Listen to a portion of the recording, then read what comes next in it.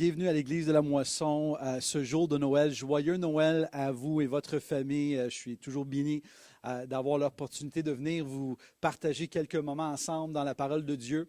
Et peu importe votre situation en ce moment, je sais que la plupart d'entre nous, on est confinés à la maison. C'est une journée de tranquillité. On ne peut pas se promener entre familles, qui est d'habitude pour nous, une famille le 24, une autre famille le 25. On se promène entre les familles. Fait que c'est un moment un peu plus reposé, un moment un peu plus relax.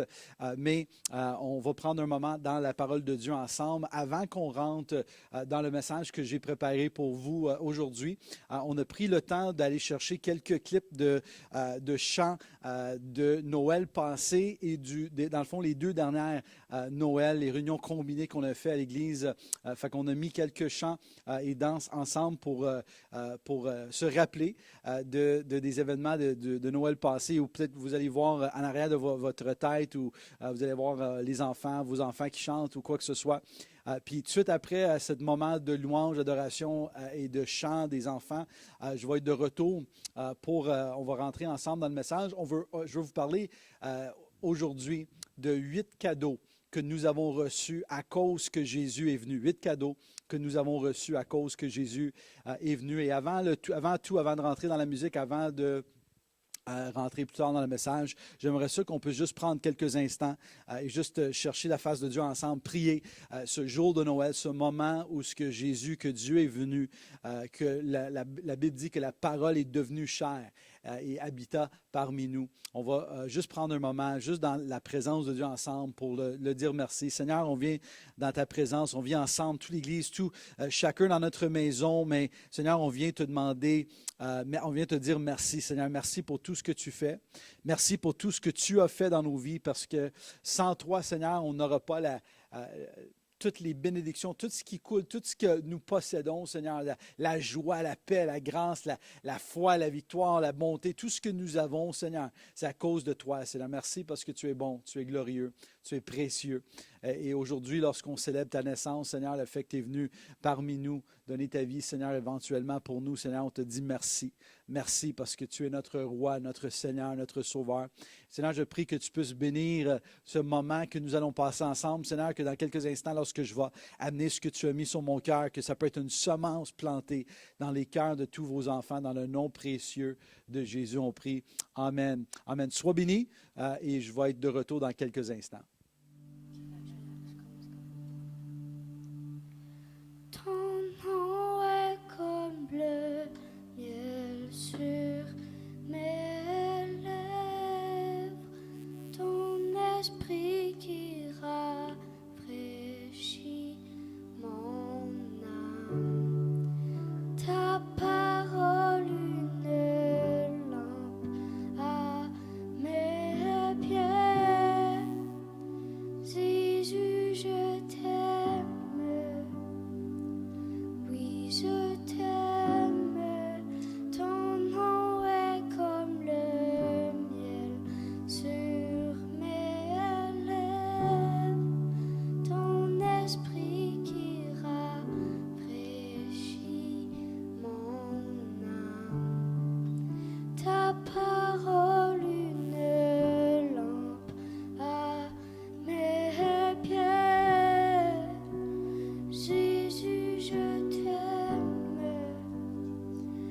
oui, je t'aime. Jésus, je t'aime, oui, je t'aime. Jésus, je t'aime, oui, je t'aime. Ce nom est si merveilleux, oh, ce nom est si merveilleux, le nom de Jésus-Christ, mon roi. Oh, ce nom est si merveilleux, sa beauté sans pareil. Oh, ce nom est si merveilleux, le nom de Jésus. Oh, ce nom est si merveilleux, ce nom est si merveilleux, le nom de Jésus-Christ, mon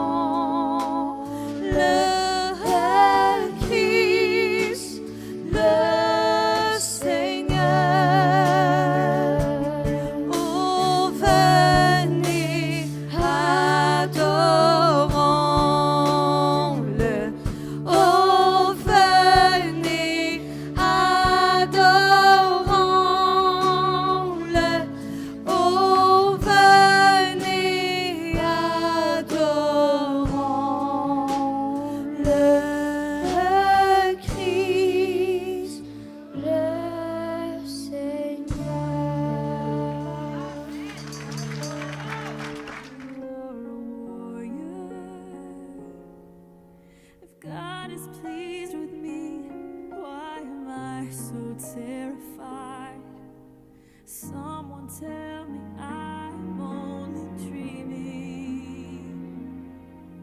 Somehow help me see with heaven's eyes. And before my head agrees, my heart is on its knees. Holy is He, blessed am I, made born in me, born in me.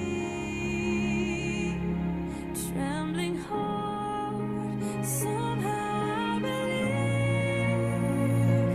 that You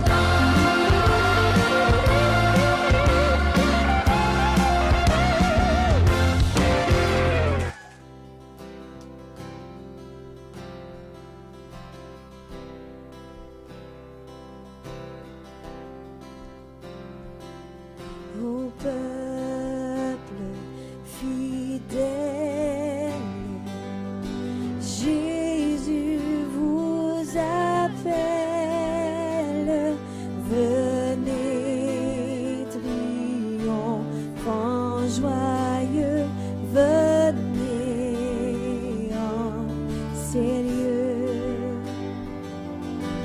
Ô peuple fidèle, venez voir le roi des rois.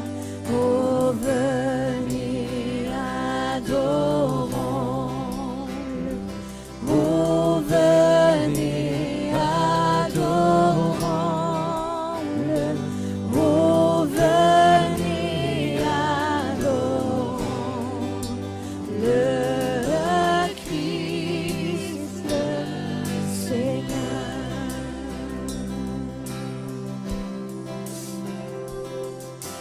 Crois dans l'homme foi des misérables, des bergers, le grand amour lui forme le dans cet homme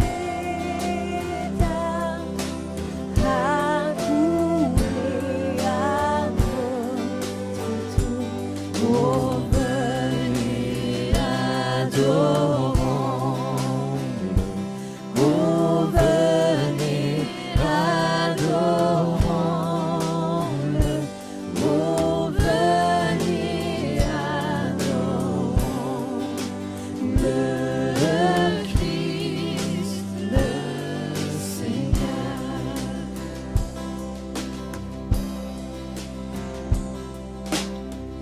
Lumière sur la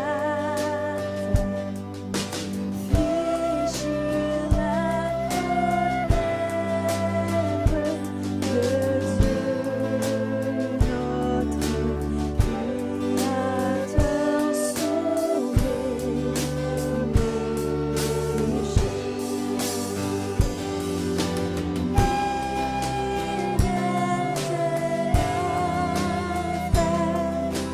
votre puissant rédempteur.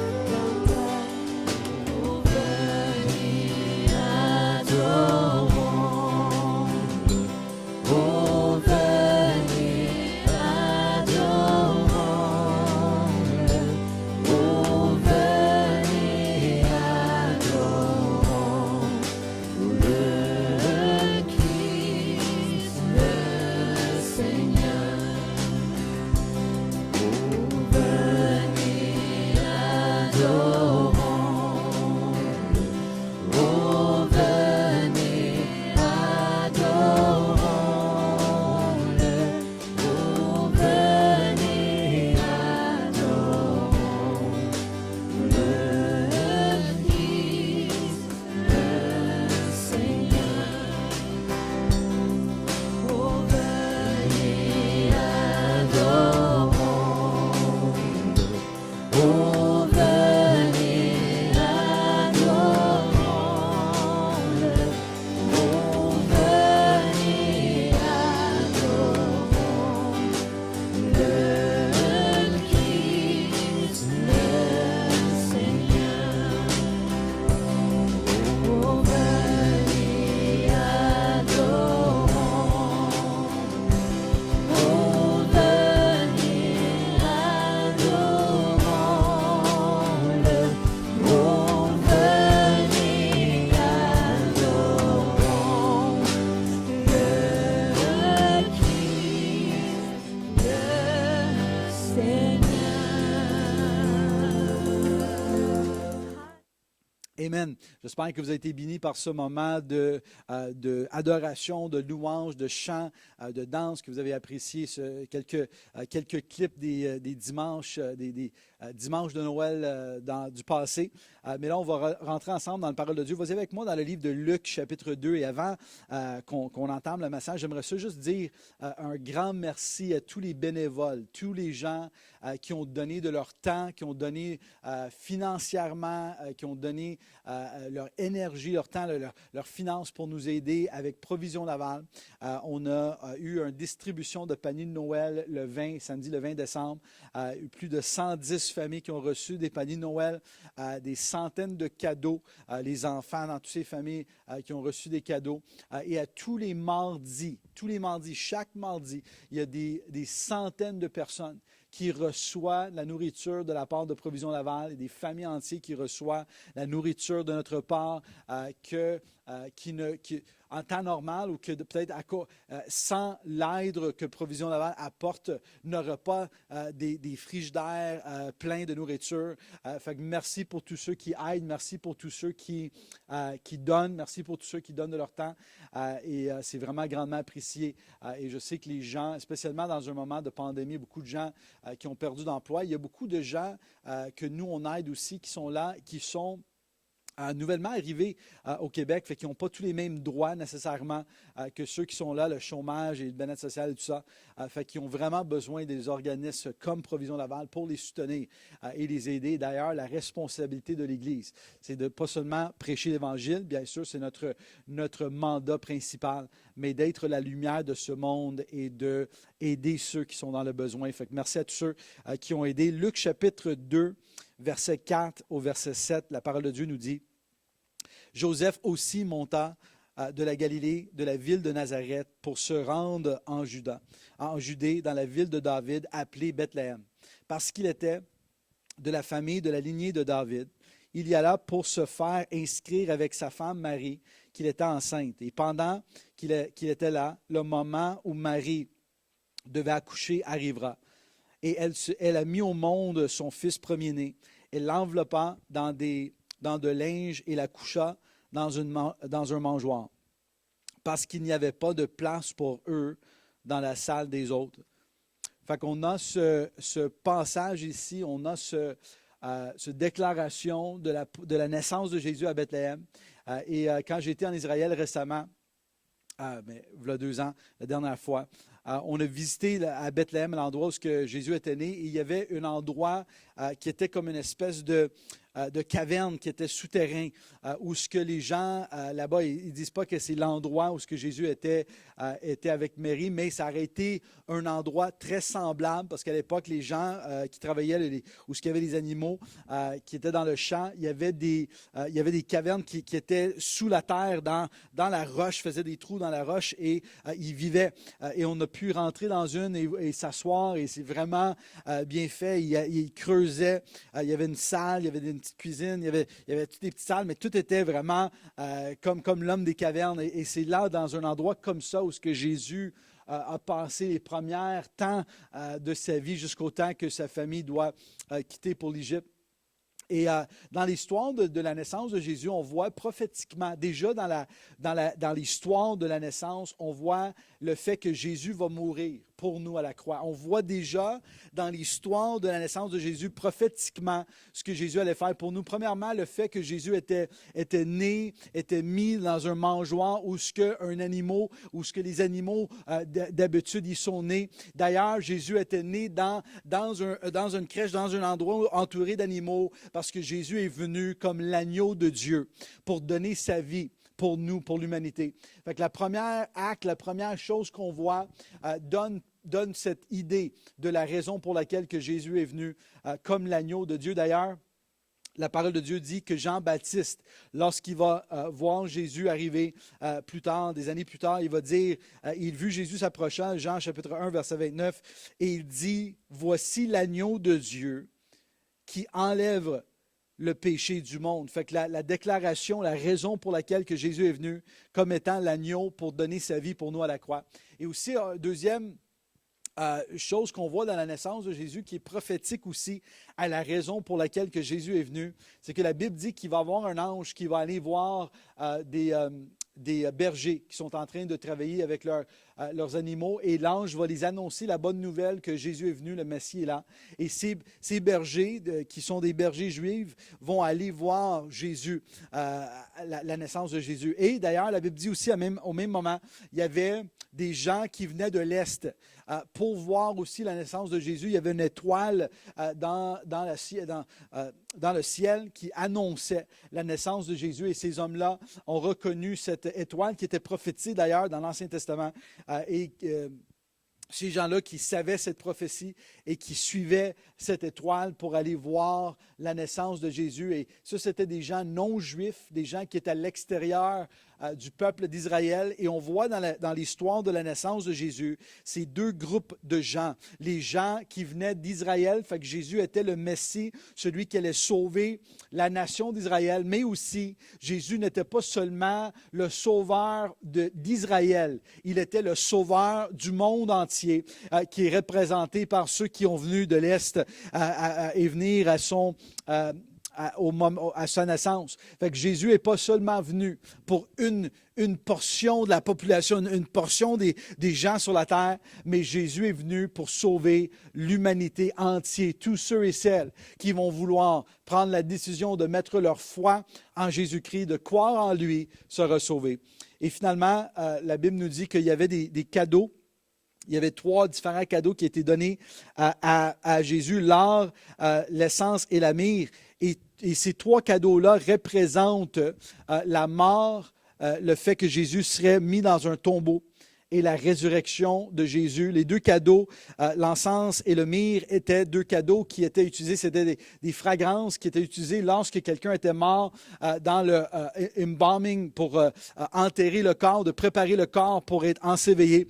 Et d'ailleurs, les 2 cadeaux qui représentent la mort et le fait que Jésus était mis dans le tombeau, la préparation du corps, et l'or qui représente l'éternité, qui représente la résurrection, qui est quelque chose qui dure, qui est pas tuable. Fait que là, on a dans les cadeaux qui sont donnés, on a dans la présence des gens de l'Est et les bergers d'Israël, on a cette idée, le fait que Jésus est mis dans un mangeoire, on a déjà toute l'illustration prophétique de ce que Jésus allait faire. Il est venu comme l'agneau de Dieu pour sauver l'humanité. Il va mourir, il va être enseveli, il va être ressuscité d'entre les morts, et à cause de sa mort et de sa résurrection, nous, chacun d'entre nous, même 2000 ans plus tard, nous avons la possibilité de le connaître intimement, de donner notre vie à lui, de recevoir des cadeaux, de recevoir son esprit, de recevoir la paix et la joie et la foi et le pardon de nos péchés, et d'être capable de vivre avec Dieu. Le cadeau la plus grande que l'humanité ait jamais reçu, c'est le cadeau de Jésus qui est venu sur cette terre. Et souvent dans un monde, tout le monde recherche à trouver des solutions, à avoir du succès, à avoir un meilleure vie, mais la réalité, c'est que le plus bel cadeau qui a jamais été donné à l'humanité, c'est pas une voiture, une maison, une bateau, quelque chose de matériel. C'était Dieu lui-même qui est venu donner sa vie pour nous à la croix, le plus bel cadeau que l'humanité a jamais reçu. Et ce matin, j'aimerais ça vous parler de 8 cadeaux, 8 choses que nous avons accès, que Dieu nous donne à cause que Jésus est venu. 8 choses que nous avons, 8 cadeaux à cause que Jésus est venu. Galates chapitre 3, la première des 8, Galates chapitre 3, verset 13, qui nous dit « Christ nous a rachetés de la malédiction de la loi en devenant une malédiction pour nous, puisqu'il est écrit « Tout homme pendu au bois est maudit ». On a cette première déclaration, la première promesse que Dieu nous donne, c'est que nous sommes rachetés. En anglais, le mot qui est utilisé, c'est le mot « redeemed ». We are redeemed. On est rachetés d'entre les morts, on est rachetés du péché. La Bible dit que la loi était une malédiction parce que la loi dit que tu n'es pas digne. La loi dit que tu dois être séparé de Dieu. La loi exige le jugement parce que chacun d'entre nous, nous avons brisé la loi. Même les plus justes parmi nous, même ceux qui disent « Ouais, mais j'ai jamais rien fait de très, très grave ». La Bible dit que la justice de l'homme, c'est comme des guenilles sales devant le Seigneur. Fait que il n'y a aucun d'entre nous qui pourrait se lever devant Dieu un jour et dire « Moi, j'étais pur et j'étais saint et j'étais juste à cause de mes propres efforts et d'ailleurs, c'est pour cette raison que la loi nous maudit, la loi nous sépare de Dieu. Mais la réalité, ou la première cadeau que Dieu nous donne, c'est que Dieu est envoyé, Jésus qui vient pour nous racheter de la malédiction de la loi. Si vous êtes heureux ce matin ou aujourd'hui, peu importe le temps que vous écoutez ce message, si vous êtes heureux d'être racheté, que Dieu t'a tellement aimé, qu'il a donné sa vie pour toi et pour moi, est-ce que vous pouvez prendre quelques instants, juste taper « Amen », « Merci Seigneur » ou les petites mains de prière, peu importe ce que vous avez le goût de faire, mais juste pour une signe, une déclaration que vous êtes heureux, que tu n'es pas, tu n'as pas une vie sans sens, mais Dieu a donné une sens à ta vie. Et une des premières cadeaux, c'est le fait qu'il t'a racheté, que tu peux devenir son enfant et avoir une relation intime et personnelle avec Dieu. Deuxième cadeau, et je vais aller rapidement parce que je sais que c'est Noël, vous allez probablement, vous n'avez pas de place à aller parce que tout est fermé et peut-être vous allez manger ou dormir ou lire comme M. Legault nous a suggéré de faire. Mais Galates chapitre 3, verset 15, la Bible nous dit, c'est ainsi qu'en Jésus-Christ, la bénédiction d'Abraham touche aussi les non-juifs et que nous recevons par la foi l'Esprit qui a été promis. Fait que le premier cadeau que nous avons, c'est que nous sommes rachetés. On a la rédemption de la part de Dieu. Mais le deuxième cadeau, dans le verset précédent, l'apôtre Paul qui nous dit « La même bénédiction qui était sur Abraham peut reposer sur notre vie à cause qu'on est en Jésus-Christ. » Même la Bible dit précisément, ceux qui sont non-juifs, ceux qui sont à l'extérieur de l'alliance que Dieu a faite avec Abraham, nous avons accès à cette bénédiction à cause de notre foi en Jésus-Christ. Et lorsqu'on fait une étude de la vie d'Abraham, on ne le fera pas ce matin, mais si vous regardez, si vous lisez l'histoire dans l'Ancien Testament, de la vie d'Abraham, ce que vous allez voir, c'est un homme il a été obéissant à Dieu, il a pris la décision de faire ce que Dieu lui a demandé de faire, mais on voit la bénédiction de Dieu qui coulait sur sa vie, tout ce qui touchait, tous les endroits où son pied touchait, toutes les places où ce qui allait, la bénédiction de Dieu, la protection de Dieu qui était là avec lui. Et nous avons un des cadeaux que Dieu nous donne, c'est que nous marchons dans la même bénédiction, la même alliance de protection et le fait que Dieu voulait pouvoir pour Abraham et sa famille, Dieu veut faire la même promesse à toi et à moi en 2020, même on rentre en 2021, peu importe si on est dans une pandémie, peu importe si la situation autour de nous semble être un désert, Dieu est capable d'agir et de bénir et de prendre soin de ses enfants, même si la situation autour de nous semble être précoce, semble être mal ou pas bien. Et même dans l'histoire de la vie d'Abraham, on voit il y avait un moment donné où ce que lui et Lot devraient quitter chacun de leurs bords parce qu'il y avait trop de gens, trop de familles, trop d'animaux pour qu'ils puissent continuer à rester ensemble. Fait qu'Abraham lui donne le choix de choisir quel bar qu'il va aller. Et Lot va regarder d'un bar, c'est le désert, ça a de l'air mort, et de l'autre côté, ça a l'air rempli de gazon fertile et tout. Fait qu'il décide de prendre la route, l'endroit fertile qui est beau, qui prospère, et de laisser l'endroit de désert à Abraham. Et même lorsque Abraham était obligé de prendre le côté qui semble être un désert qui était réellement un endroit qui était plus difficile que l'endroit que Lot avait pris. Abraham, la Bible dit que Dieu l'a prospéré dans le désert. Dieu a une façon de te prospérer, peu importe ce qui se passe autour de nous, peu importe si on est dans une pandémie mondiale, peu importe ce qui se passe avec l'entreprise ou ce que tu travailles, peu importe ce que le gouvernement fait, peu importe, toutes ces choses-là autour de nous ne sont pas plus grand que notre Dieu, que notre Seigneur, que notre Sauveur.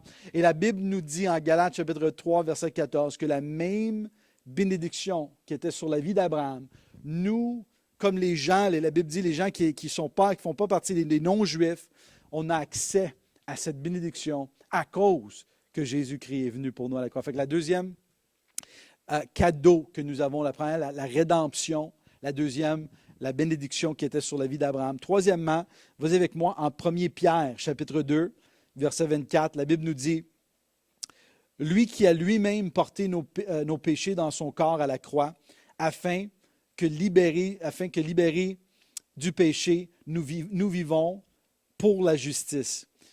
Et la dernière partie du verset qui dit « Et c'est par ces blessures que vous avez été guéris. » On a cette promesse ici qui nous donne le pardon du péché qu'on a parlé plus tôt, la rédemption qui est le pardon du péché. Mais ici, ça dit aussi que par ces blessures ou par ces meurtrissures, nous avons été guéris. La guérison, c'est un cadeau, c'est une promesse de la part de Dieu. Et je sais qu'on a tous des membres de notre famille, on a tous des gens qu'on connaît, qui étaient des hommes et des femmes, qui avaient la foi en Dieu, qui croyaient en Dieu et qui étaient malades ou qui sont même morts d'une maladie. Et peut-être à cause de ça, pour toi, la guérison, c'est quelque chose que tu ne crois plus ou tu ne demandes plus ou tu pries plus pour avoir la guérison. Je veux t'encourager que ce verset dans la parole de Dieu est aussi vrai aujourd'hui qu'il était il y a 2000 ans lorsqu'il était écrit. La raison pour laquelle que je peux dire ça avec assurance et avec foi, c'est que moi, je suis un pasteur d'une église ici. En ce moment, il n'y a personne dans l'église. Mais en temps normal, il y a plus que juste moi. Et dans notre église, on a des témoignages à toutes les années. Plusieurs témoignages de gens qui ont reçu de guérison. Juste tout récemment, notre pasteur associé, pasteur Bruno, avait eu, il y a quelques mois, il y avait eu un rapport de ses médecins qui avaient des cellules cancéreuses dans son corps. Il y avait un pourcentage de cancer et qu'il fallait qu'il retourne pour faire des suivis, pour s'assurer que ça va pas en grandissant. Et quand il est retourné à cause de la COVID et tout, ça a pris plus longtemps que ça aurait dû faire avant qu'il puisse retourner pour faire les tests. Et quand les tests sont revenus récemment, plus de cancer, aucun cancer, pourcentage de cancer dans son corps, aucun traitement, aucun chimio, rien. Juste le fait que Bruno, son épouse, on dit « Seigneur, on sait que tu es le même hier, aujourd'hui, éternellement. On te remercie pour la guérison dans le nom de Jésus. » Ils n'ont pas supplié, ils n'ont pas paniqué, ils ont juste demandé avec foi. Et la parole de Dieu dit, Jésus qui dit « Demande et vous allez recevoir. » On a une autre femme dans cette église, l'année dernière, avait donné son témoignage, elle portait des lunettes où ce qu'elle ne pouvait pas voir, elle avait des problèmes de cataracte dans ses yeux et elle m'a même amené les lunettes à l'église, elle ne les porte plus. Et ces lunettes-là, elle avait besoin pour lire, mais aussi pour vivre. Elle ne pouvait pas aller sortir et se promener, aller au travail sans les lunettes. Et finalement, un soir, j'étais dans une série à ce moment-là, il y a 1 an et demi, sur la foi. Et une des soirs avant qu'elle se couche, elle dit « Seigneur, merci pour les paroles que j'entends de mon pasteur qui parle de la foi et qui parle de demander et de recevoir.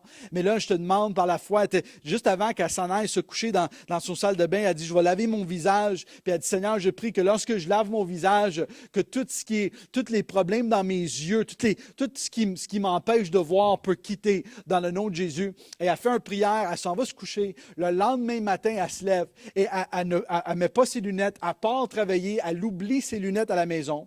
Elle passe toute la journée sans ses lunettes. Elle revient à la maison. Elle fait le souper et tout, elle commence à lire et sa jeune fille arrive de l'école ou arrive à la maison et elle voit sa mère qui est en train de lire mais qui elle porte pas ses lunettes. Et c'est à ce moment-là elle réalise qu'elle avait été guérie. Elle n'avait même pas réalisé toute la journée qu'elle avait oublié ses lunettes, elle voyait clairement. Et j'étais tellement béni d'entendre le pasteur Bruno, cette dame formidable de notre église qui a été guérie, plein de gens. Il y avait un autre garçon qui a été baptisé récemment, un jeune homme. Il y avait un problème dans son corps et les médecins ont fait plusieurs opérations. Finalement, sa mère décide de faire un jeûne et de prière et d'intercéder et complètement guéri. La main de Dieu qui a complètement guéri cet homme. Fait qu'on a tous des gens qu'on connaît qui ont pas reçu une guérison, qui ont pas. Et parfois, on va permettre à des histoires de d'autres de nous décourager. Mais moi, je veux vous encourager que nous servons un Jésus qui est vivant. On sert un Jésus qui est le même hier, aujourd'hui, éternellement. Et lorsque tu demandes avec la foi, tu peux recevoir. Il est un Dieu qui est juste. Il est un Dieu qui aime ses enfants. Et on a ce cadeau ici de la part de Dieu que par ses meurtrissures, nous avons été guéris. Nous avons cette capacité de croire et de recevoir la guérison dans votre corps. Et peut-être c'est vous, et j'aimerais ça peut-être prier. Il y a peut-être des gens qui m'écoutent en ce moment, que vous avez dans votre corps, physiquement, besoin d'une guérison. Et j'aimerais ça juste mettre ma foi avec la vôtre aujourd'hui, le jour de Noël, pour croire que l'Esprit de Dieu peut vous toucher, vous guérir. Seigneur, je prie, s'il y a des gens, peut-être il y a des familles qui sont en train de combattre contre la maladie, peu importe quelle façon, peu importe quel type de maladie, Seigneur, tu es plus grand que tous les types de maladies qui existent. Et Seigneur, je prie, je mets ma foi avec la foi de ceux et celles qui ont besoin de recevoir une guérison. Et je dis dans le nom de Jésus, je prie que ta main de guérison, ta manifestation dans leur corps, dans les yeux, dans leur corps, chaque cellule de leur corps peut être inondée de ta puissance de guérison parce que tu es le même hier, aujourd'hui, éternellement. Dans le nom précieux de Jésus, on prie. Amen. Amen. Le numéro 4, quatrième cadeau que nous avons à cause que Jésus est venu. Jean chapitre 10, verset 10. La parole de Dieu déclare, « Le voleur ne vient que pour voler, pour égorger et détruire.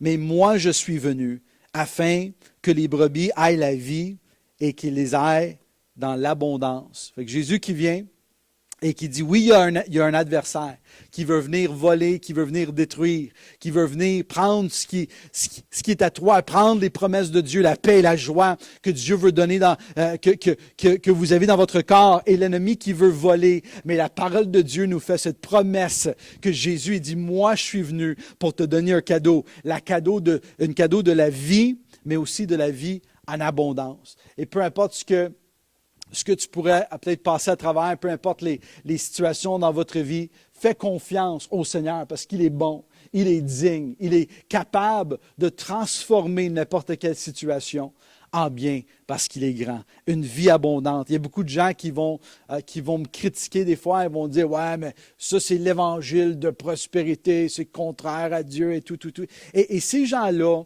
aie du respect pour eux, je me chicane pas avec eux. J'ai juste pris une décision. Il y a un moment donné dans ma vie où j'ai pris une décision. Et j'ai dit, si je vois quelque chose écrit en rouge dans ma Bible, si je vois quelque chose que Jésus lui-même dit, moi, je vais croire ce que Jésus dit au lieu de croire ce que d'autres gens qui pensent de connaître le cœur de Dieu disent. Parce que pour moi, c'est plus important de connaître ce que Jésus... Parce qu'au bout de ligne, c'est lui qui est mon sauveur. C'est lui qui a donné sa vie pour moi. Ce n'est pas le vieux monsieur chrétien, ça fait 72 ans qu'il pense qu'il connaît tout et il pense qu'il est là pour régler tous les problèmes doctrinaux dans tout le monde. Mon Jésus a dit, l'ennemi vient pour voler, pour égorger, pour détruire, mais moi je suis venu pour que tu puisses avoir la vie et la vie en abondance. Et moi je décide de croire en Jésus et non pas des gens qui disent le contraire de ce que Jésus dit. Il veut qu'on... L'orgueil aussi dans leur cœur, c'est qu'ils veulent qu'on accepte le contraire de ce que Jésus dit et ils veulent qu'on appuie le fait qu'ils sont réellement bibliques. Ils ne sont pas du tout bibliques. Au contraire, ils contredisent ce que Jésus a dit. Moi, mon Sauveur, mon Seigneur a promis que la même bénédiction qui était sur Abraham habite sur moi. Mon Sauveur, mon Jésus, celui qui a transformé ma vie a dit, je suis venu afin que tu puisses avoir la vie et la vie en abondance. Et moi, j'ai pris une décision de suivre et de marcher dans ses voies. Et vous avez le choix, si vous ne croyez pas que c'est pour vous, c'est correct. Vous pouvez prendre seulement la première partie du verset où ce que ça dit, l'ennemi vient pour voler, pour égorger, pour détruire. Et tu peux mettre votre foi dans ça et tu peux vivre dans ça. Mais moi, j'ai pris une décision de vivre dans ce que Jésus fait dans ma vie et non pas ce que l'ennemi veut faire dans ma vie. D'ailleurs, il y avait un moment, il y a 1 an et demi à l'église, on avait un invité spécial qui prêchait cette journée-là. Puis il y avait un jeune homme qui est venu et il avait 16 ans, je pense, à l'époque. C'est un jeune homme qu'on aidait avec Provision Laval. On lui donnait de la nourriture. Et on l'invitait de venir à l'église. Il ne venait jamais, mais finalement, il avait décidé de venir. Et on ne savait pas à ce moment-là, mais ce jeune homme-là avait un problème où ce qu'il volait. Il volait dans les magasins, il volait les gens, volait les portefeuilles, il volait tout ce qu'il pouvait, il volait des voitures. Fait que là, il arrive, et dans ces... Là, on parle de peut-être 3 ans, 4 ans maintenant. Dans le temps, on n'avait pas tout l'espace qu'on a en ce moment à l'église. Fait que lorsque tu rentrais dans l'église, il y avait seulement 2 bureaux, le mien et celui pour un secrétaire.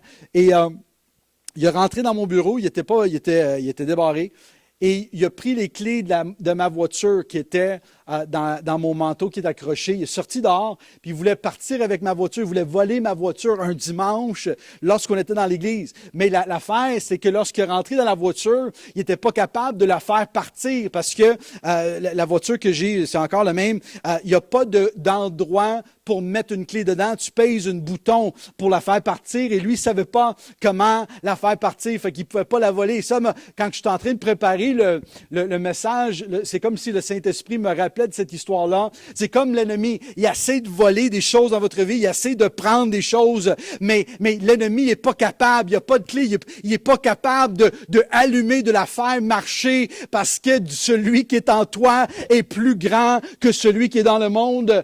Et fait que finalement, le jeune homme, il est sorti de ma voiture, il est rentré dans le bureau, il a jeté les clés à terre, et il a pris mon laptop et il est parti. Fait qu'après la réunion, je rentre dans mon bureau et je réalise que quelqu'un a volé mon laptop. Et finalement, on a su que c'était qui à cause que quelqu'un avait vu partir de me rentrer dans mon bureau et sortir. Et les policiers sont venus, on a fait un rapport et les policiers m'ont dit, Monsieur Duparleau, écoute, c'est quasiment impossible que tu retrouves ton laptop. Il est vendu, c'est impossible. Fait que là, ma secrétaire à l'époque avait une idée. Elle appelle la travailleuse sociale qui travaillait sur le dossier de ce jeune homme. Et elle rentre en contact avec un autre jeune homme. Et lui, il dit, « Ah oui, il a essayé de me vendre un laptop, mais en fin de compte, il l'a amené au punch-up. Et j'étais capable de ravoir le laptop avec toutes les photos. C'est pas que le laptop me faisait de quoi, mais toutes les photos que j'avais dedans. Fait que pas seulement qu'il ne pouvait pas voler la voiture, mais ce qu'il a pris, Dieu était capable de me le redonner, de le ravoir. Parce qu'on a un Dieu qui est capable d'agir dans votre vie. Tu as une bénédiction, une protection. Et même si tu as des choses que l'ennemi a volées dans votre vie, je vous encourage de ne pas vous décourager. Parce que si vous êtes en Christ, la même Jésus qui est ressuscité d'entre les morts habite à l'intérieur de toi. Ils peuvent te donner la force de vivre dans la victoire et de marcher dans la paix, dans l'abondance et dans la joie, dans toutes les sphères de votre vie. L'ennemi ne peut pas voler un enfant de Dieu, parce que celui qui est en toi est plus grand que celui qui est dans le monde et aucune arme forgée contre toi pourra prospérer. Est-ce que je peux entendre ou écrire ou lire un amen si vous êtes d'accord avec ça?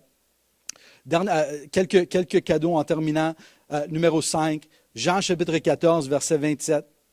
La parole de Dieu dit, « Je vous laisse la paix, je vous donne ma paix. Je ne donne pas comme le monde le donne.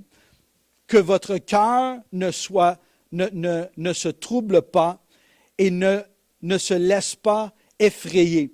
Que votre cœur ne se trouble pas et ne se laisse pas effrayer. » On a cette promesse de la part de Dieu. Il dit, Jésus qui dit, « Je vais vous donner ma paix. » Pas un paix comme le monde a, que peu importe les situations, peu importe les scénarios qui se passent dans leur vie, leur niveau de paix est toujours en train de fluctuer. Mais Dieu te dit, je te laisse, je te donne ma paix. Que peu importe ce qui se passe, que ton cœur ne soit pas troublé.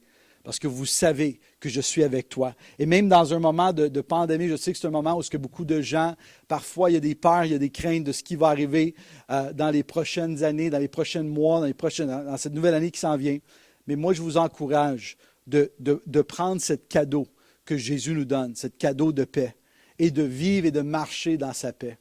De ne pas avoir un cœur troublé, mais de lui faire confiance, que lui, il sait ce qui va arriver, il sait ce qui va arriver demain. Tu sais, il y a un verset dans la Bible où Jésus il parle avec ses disciples et il dit, « Je m'en vais préparer une place pour vous, où ce que je suis, là où vous allez être. » Et dans le contexte, on sait qu'il parle du ciel, on sait qu'il parle de la vie après la mort.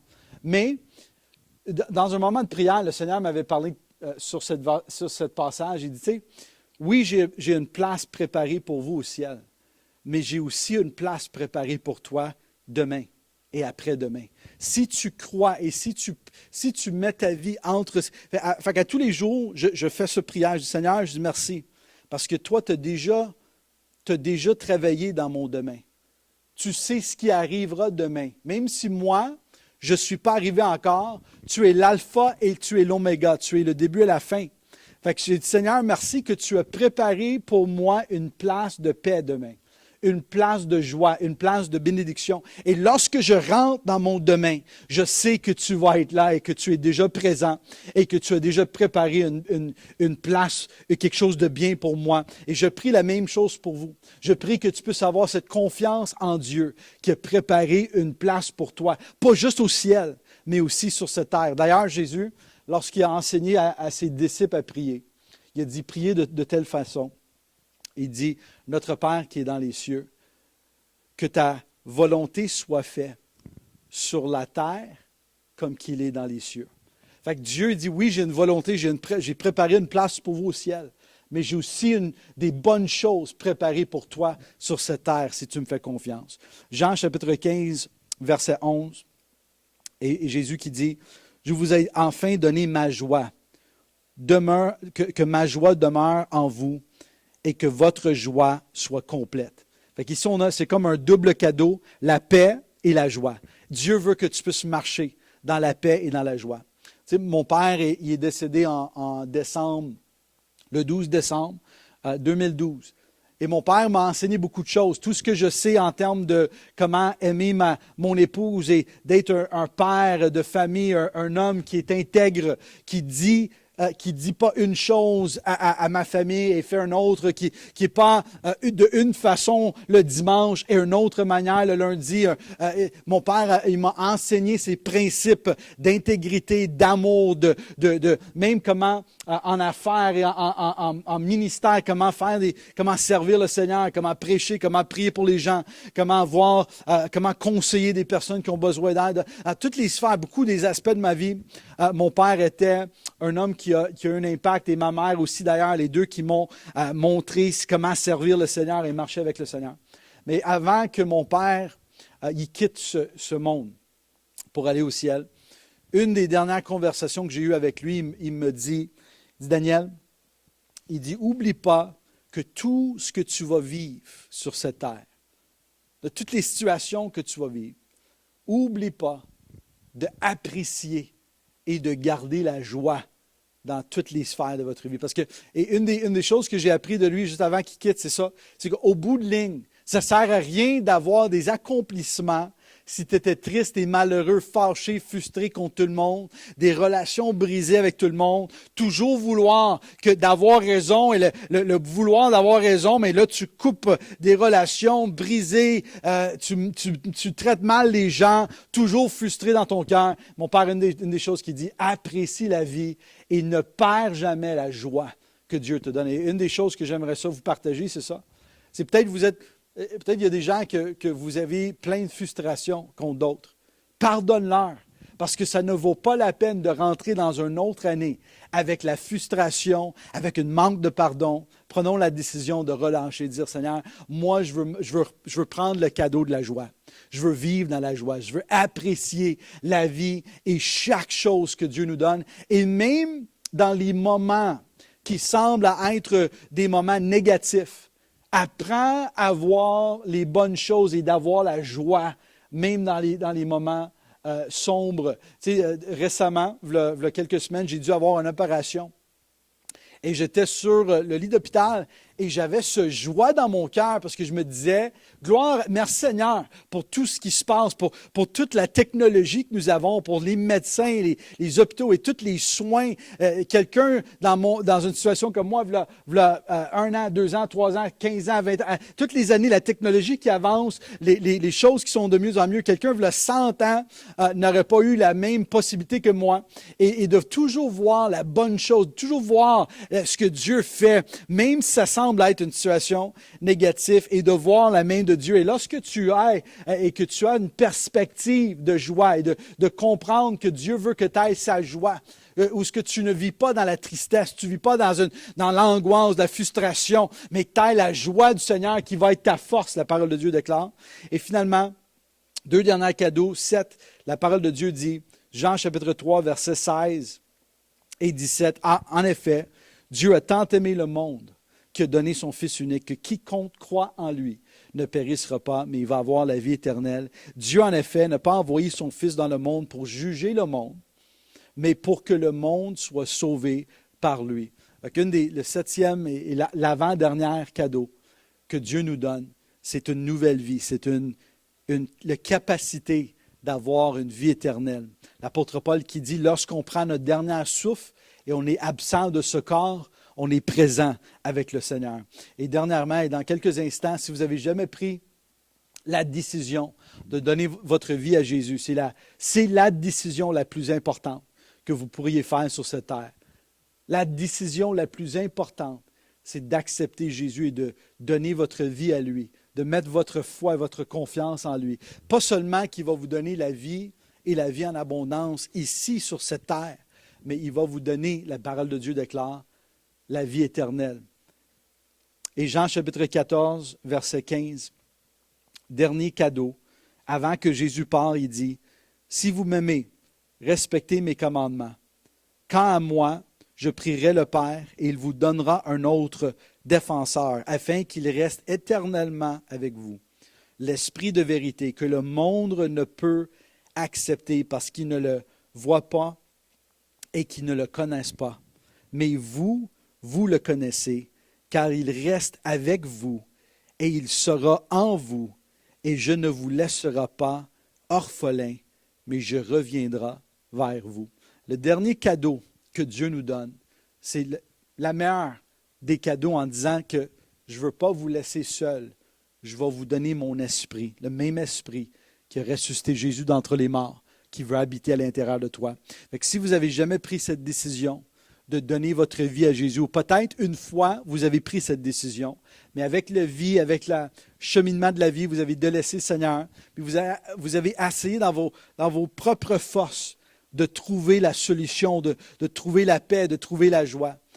Et le Saint-Esprit est en train de travailler dans votre cœur aujourd'hui, de redonner votre vie à lui, de revenir à lui, revenir à la maison, pas nécessairement dans une église, pas nécessairement dans une dénomination. La Bible nous dit qu'on n'a pas besoin de faire un acte religieux. La parole de Dieu déclare qu'on doit simplement lui donner notre vie. Je vous encourage de prendre cette décision, de lui donner votre vie aujourd'hui même. J'ai fait une promesse avec le Seigneur là, plusieurs années. J'ai dit, Seigneur, à tous les fois que tu me donnes l'opportunité de partager ta parole, je veux toujours donner l'opportunité à quelqu'un de donner leur vie à toi. J'aimerais ça te donner cette opportunité. Ça va être une prière. Ce n'est pas la prière qui peut te sauver. La parole de Dieu déclare que lorsque tu crois, que tu confesses de ta bouche et tu crois dans ton cœur que Jésus est venu, qui est mort, qui est ressuscité d'entre les morts, tu seras sauvé. C'est une promesse de Dieu. Demande et vous allez recevoir. J'aimerais ça, si vous avez besoin de vous reconsacrer aujourd'hui, le jour de Noël, de redonner votre vie à Jésus, faites-le aujourd'hui. Et prions cette prière avec moi. Seigneur Jésus, merci d'avoir venu. Merci d'avoir donné ta vie pour moi. Je crois en toi. Je veux vivre pour toi. Pardonne-moi de tous mes péchés. Transforme-moi. Transforme mes pensées et mon cœur et ma vie. Remplis-moi de ton Saint-Esprit. Inonde-moi de ta présence. Dans le nom de Jésus, je prie. Amen. Amen. Pour ceux et celles que ça fait longtemps que vous marchez avec le Seigneur et vous êtes chrétiens, vous êtes membres de notre Église, je vais vous dire que je vous aime, je vous apprécie. Ceux qui ne sont pas membres, mais peut-être des amis, familles ou des gens d'autres églises qui sont à l'écoute, je vous aime également. Merci d'être avec nous aujourd'hui, le jour de Noël. Mais j'aimerais ça prier pour vous, prier pour que ce soit une année. Il n'y a aucune année dans l'histoire de ma vie où ce que tu peux vivre une année, pas de problème. Il y en a toujours des problèmes, il y a toujours des situations, des circonstances. Dieu ne nous promet pas, il ne nous promet jamais des années sans montagne, sans problème. Mais il nous promet la paix, la joie, l'abondance, sa grâce, son esprit qui est avec nous. Et c'est ça les cadeaux que nous avons lorsqu'on est en lui. J'aimerais ça prier pour vous avant de terminer. On va avoir un dernier chant, célébrer Noël ensemble. Et après ça, on se voit dimanche matin pour notre réunion. Je pense que ça va être entre Noël et le jour de l'an. Je pense que c'est le 27. On va être de retour dimanche matin, 9h15. Mais Seigneur, je prie pour tous ceux qui sont avec moi, tous les hommes et les femmes, Seigneur, que ça fait des années qu'ils marchent avec toi. Et peut-être il y en a certaines, Seigneur, qui se sentent découragées ou qui se sentent comme ils ne sont pas en train de faire un impact pour toi à cause du confinement, à cause de la situation de la COVID. Mais Seigneur, je prie que tu puisses ouvrir des portes dans nos familles, peut-être des gens qui sont loin de toi ou des amis qui ont besoin d'entendre l'Évangile. Seigneur, je prie que tu puisses nous utiliser pour rejoindre un monde qui a désespérément besoin de toi. Seigneur, je prie que ta bénédiction, que ta paix, que ta joie, que ton esprit inonde chaque maison, chaque famille, chaque homme, chaque femme. Merci Seigneur parce que tu es notre roi, notre sauveur. Et merci d'avoir venu ce jour de Noël. Merci que tu es venu parmi nous pour donner ta vie pour nous. Dans le nom de Jésus, je prie. Amen. Je vous aime beaucoup. Sois bénis. Bonne jour de Noël et bon temps des fêtes. Et je vous vois dimanche prochain. Feliz Navidad. Feliz Navidad. Feliz Navidad. Próspero año y felicidad. Feliz Navidad. Feliz Navidad. Feliz Navidad. Próspero año y felicidad. We want to wish you. We want to wish you a Merry Christmas. We want to wish you a Merry Christmas. We want to wish you a Merry Christmas from the bottom of our hearts. We want to wish you a Merry Christmas. We want to wish you a Merry Christmas. We want to wish you a Merry Christmas from the bottom of my heart. Feliz, feliz Navidad. Feliz Navidad. Feliz Navidad. Próspero año y felicidad. Feliz Navidad. Feliz Navidad. Feliz Navidad. Próspero año y felicidad. We want to wish you. We want to wish you a Merry Christmas. We want to wish you a Merry Christmas. We want to wish you a Merry Christmas from the bottom of.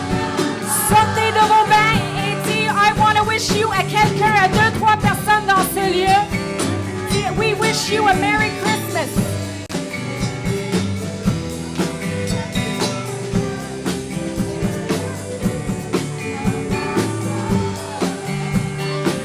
We want to wish you